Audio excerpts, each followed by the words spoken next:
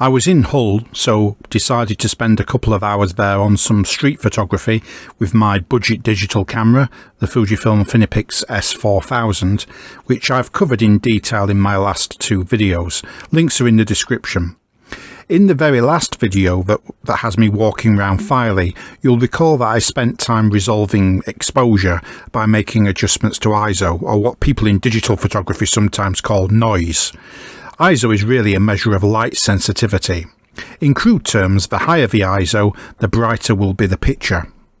This time I adjusted all three of the main variables, not just ISO but also aperture and shutter speed, and you can see in the results I'm showing here how I made those adjustments and what happened. A helpful guide is something called the exposure triangle. Just to recap, exposure is really about how the camera captures light. Light is responsible for every image captured. It's fundamental to photography. How a camera captures light is determined by three variables that make up what is known as the exposure triangle. The exposure triangle consists of aperture, shutter speed and ISO. Together, these three elements properly expose a shot. The three variables of the exposure triangle are all dependent on each other. For example, adjusting one of the three variables will entail an adjustment of another to maintain proper exposure. The exposure triangle is also sometimes referred to as the photography triangle and camera triangle. Aperture, shutter speed and ISO are the primary variables of the camera triangle that control exposure. However, each variable also affects other qualities of an image. Depth of field, motion blur and noise are all determined by elements of exposure triangle photography. The best way to understand how the exposure triangle works is to go through the variables one by one. We'll start with aperture. The literal definition of aperture means opening or hole. The aperture of a camera lens is a hole that regulates how much light passes through to the film or sensor. When the shutter button of a camera is hit, the aperture opens up to a predetermined width and lets in a specific amount of light. Aperture works with ISO and shutter speed to control exposure.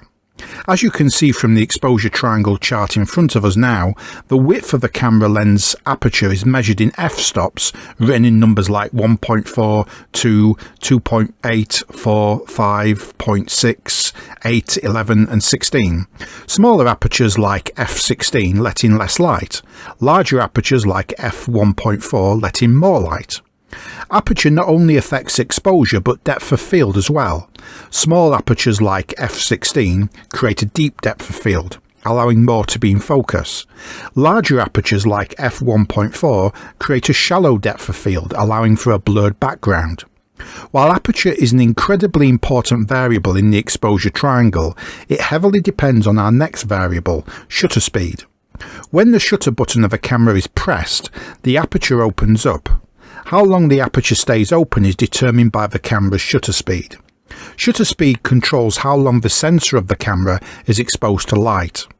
Shutter speed is measured in fractions of a second. For example, a shutter speed of 1/60th holds the shutter open for 1/60th of 1 second. The longer the shutter speed is in time, the more light is let in. If it is shorter in time, the less light is let in. Like all the other elements of the exposure triangle, shutter speed does not only affect exposure, but other visual elements as well. For shutter speed, motion blur is affected. When shooting with limited light, you may think it would be a good idea to adjust your shutter speed to let in light longer, so you set it at 1/20th. The downside of a longer shutter speed like 1/20th is that motion blur becomes much more prominent when you're either capturing a moving subject or the camera itself is moving. On the opposite end of shutter speeds, fast shutter speeds like 1/1000th will be crisp, but it will also let in less light, making it not very ideal for darker shots. This effect also applies when shooting video.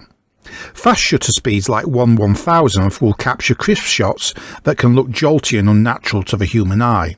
Slower shutter speeds will produce motion blur and more out of focus images. Once light passes through the aperture for a specific amount of time determined by the shutter speed, it finally lands on the camera's sensor in a digital camera. The sensitivity of the camera's sensor to light is determined by our next variable, ISO. ISO determines how sensitive a digital camera's sensor reads the light. In a film camera, ISO refers to a specific film stock's sensitivity to light. But with new technology in DSLR cameras, a camera's sensor can adjust their ISO and sensitivity to light depending on the available light of a shot. ISO is measured in ISO values such as 50, 100, 200, 400, 800, 1600, 3200, etc. A lower ISO value such as 50 makes a camera sensor less sensitive to light. A higher ISO value such as 1600 makes a camera sensor more sensitive to light. Having explained all these variables, now I'll turn to how the exposure triangle was relevant to me on my walk around Hull. It was the middle of the day to early afternoon when I was out, and it was very sunny. I found that I could get away with a very low ISO most of the time, even as low as 63. All I needed to do was adjust the aperture or shutter speed or both. But there were points when I needed to bring the ISO up a little, and this is mainly because the native aperture settings on this camera are very limited. It's a fairly limited camera by today's standards. I started out with a shutter speed of 1/250th, which is typical for street photography as it's just enough to capture people walking, and my aperture was set at about 3.6 or thereabouts, and it varied, but mostly I kept a fairly wide aperture and a narrow depth of field because I was photographing people fairly nearby. The main challenge I had, as you can see from the photos, was overexposure, and I tried to cure this through a combination of increasing the shutter speed to about 1/320th, occasionally even faster than that, and bringing down the ISO to 63 or 100 if it was higher. If my subject was some distance away, I experimented with narrowing the aperture and lowering the shutter speed, but I didn't bring the shutter speed lower than 1/250th at any point.